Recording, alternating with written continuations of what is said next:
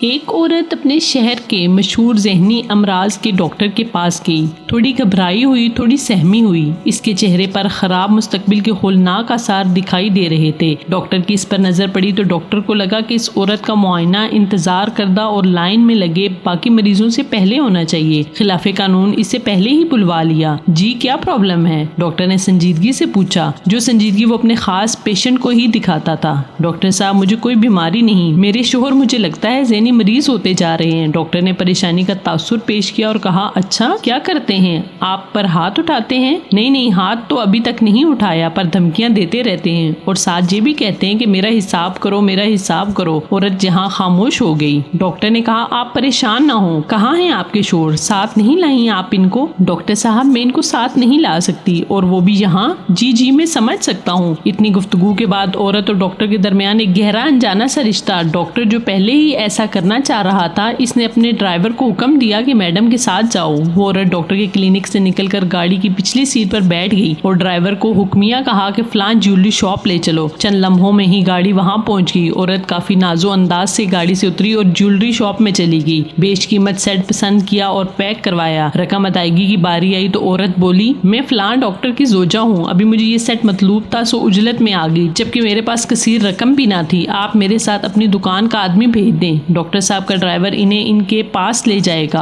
आपको आपकी रकम मिल जाएगी। दुकानदार ने अपना बंदा भिजवाया, पर औरत गाड़ी पर दोबारा सवार नहीं हुई और एक बार फिर ड्राइवर को हुक्म दिया कि इस आदमी को डॉक्टर साहब के पास ले जाओ। ड्राइवर इसे लेकर क्लिनिक जा पहुंचा और डॉक्टर को आगाह किया कि वो औरत वहीं रह गई है, मगर ये आदमी भिजवाया है। डॉक्टर ने तहम्मुल रखते हुए इसे देखा और इंतजार करने को कहा। जब इसकी बारी आई तो डॉक्टर बड़े मुहज़्ज़बाना लहजे में बोला, तो सुनाइए क्या हाल है मोहतरम? आदमी बोला, जी डॉक्टर साहब, अल्हम्दुलिल्लाह मैं ठीक हूँ। डॉक्टर, तो क्या परेशानी या गम है आपको, मुझे बताइए। वो आदमी बोला, डॉक्टर साहब मेरा हिसाब कर दीजिए।